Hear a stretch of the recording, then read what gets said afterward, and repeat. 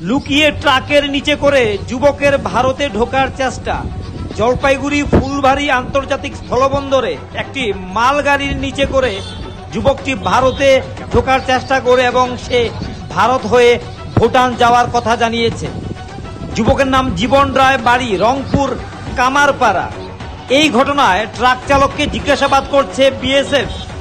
যে ভিডিওটি দেখা যাচ্ছে সেই ফুটেজে একটি ট্রাকের নিচে করে, পণ্যবাহী ট্রাকের নিচে করে লুকিয়ে বাংলাদেশ থেকে স্থলবন্দর জলপাইগুড়ি ফুলবাড়ী স্থলবন্দর হয়ে সে আন্তর্জাতিক স্থলবন্দর ট্রাকের নিচে করে সে ভারত হয়ে ভুটানে যাবে, এই উদ্দেশ্যে সে ট্রাকের নিচে করে রওনা দেয়। যে যুবকটি দেখা যাচ্ছে ট্রাকের নিচে ঝুঁকিপূর্ণ, অত্যন্ত ঝুঁকি নিয়ে সে সীমান্ত অতিক্রম করার চেষ্টা করছে এবং এই ঘটনায় ট্রাক চালক এই পাচারকাণ্ডে যুক্ত রয়েছে কিনা, জড়িত রয়েছে কিনা এই বিষয় নিয়ে ট্রাক চালককে জিজ্ঞাসাবাদ করছে বিএসএফ, এমনটাই জানা যাচ্ছে।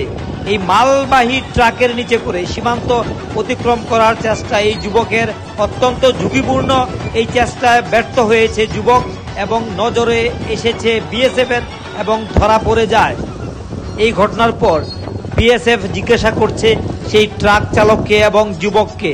যুবকের কাছ থেকে জানা যায় সে সীমান্ত অতিক্রম করে ভারত হয়ে ভুটান যাওয়ার চেষ্টা করছিল।